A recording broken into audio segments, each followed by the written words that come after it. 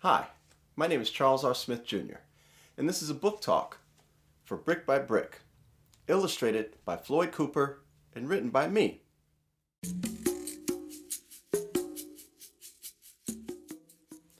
The idea for Brick by Brick actually came from my editor. Now, even though she's a children's book editor, the publishing house that she works for also publishes books for adults.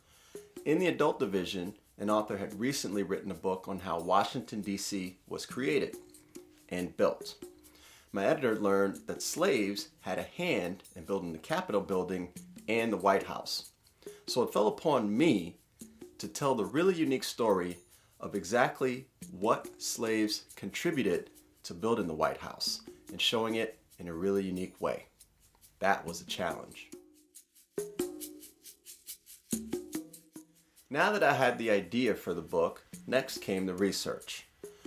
On a subject like this, I didn't even know that the White House was built by slaves, and many other people didn't either. So I was curious to see what kind of books and research I would be able to find. Well, it turns out there really wasn't that much. I started with the book that my editor gave me first, which had a few dates and names and things like that, and then I progressed to looking for other books, starting with my local library and on the internet. I then looked on the internet at different websites that might have any information that I could find. I used government websites, I used websites connected to the White House, as many different things as I can find, until ultimately I came across one book on the website that has long been out of print that focused specifically on how the White House and Washington, D.C. and the Capitol building were built. The great thing about the website is that it had names, it had details, it had pictures, it had dates, it had everything that I needed to go forth and tell this great story. Now that the research was done, it was time for me to figure out what was I going to write about for the actual story. Now, when it comes to nonfiction, that means the story already happened. So you're just deciding as an author which part of the story are you going to focus on. Now, most books on slavery only focus on the phrase slave. You never see a name attached. And in my research, I was able to get some really great names, so I wanted to make a point of using them.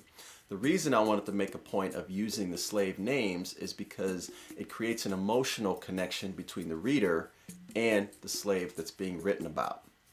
I decided to focus on the process of how the house was built because it was built at a very different time period than we live in right now.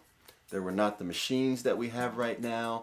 There was not the technology that we have right now. It was hard, very brutal labor that the slaves dealt with on a day-to-day basis to build the White House. So it was important to show the variety of different jobs that they did, and most importantly, the physical toll that it took on their bodies. So I focused on the phrase slave hand. Now that phrase has a double meaning. Hand, as in our regular hands, and hand is also used to mean somebody who helps out. A farm hand, a ranch hand, a slave hand to help out in terms of the work. So I really wanted to focus on the physical toll and giving a face and a name to each individual slave so that we know that there were humans that really toiled to build the White House.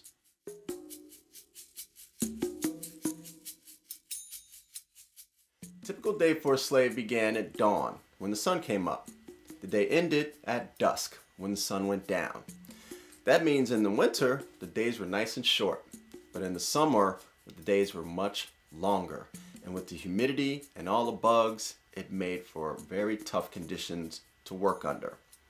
Now, after a hot day of work and a long day of work, the slaves would retire back to a hut. The hut was no bigger than 20 feet around and held as many people in it as it possibly could. For a meal, the slaves are given what's called a ration. A ration is basically like what a soldier gets. It's a predetermined amount of food that you get over and over and over and over and over again. So the slave's ration consisted of pork, cornmeal, and a shot of whiskey.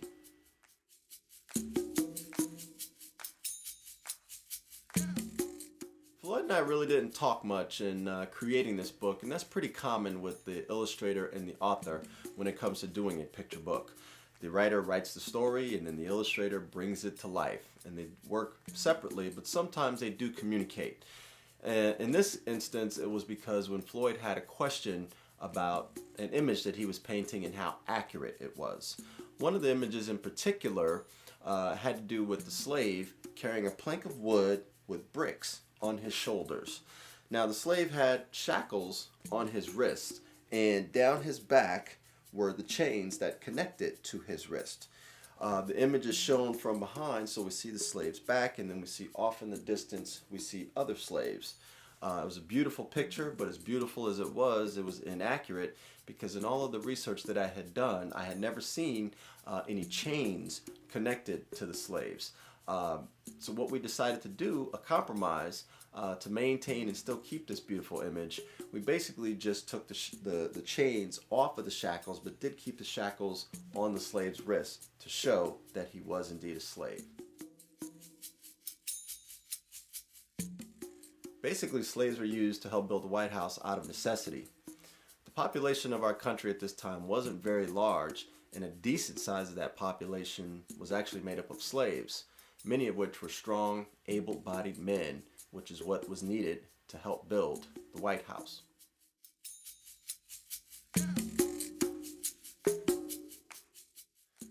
One of the more interesting stories that I came across in writing this book was about how there are several carpenters and cabinet makers currently living and working in DC that can trace their lineage all the way back to a slave who learned that specific trade and skill while building the White House.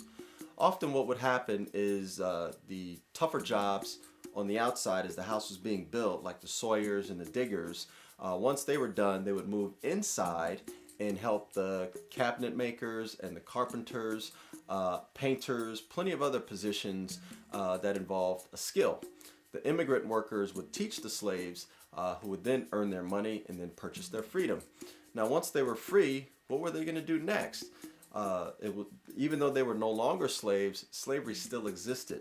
But now that they had a skill and trade and they were free, they can use this to not only earn money, but to create a business that will live on generations later. I hope you enjoyed this book talk about Brick by Brick. The back of the book has more information than I didn't cover here, so check it out.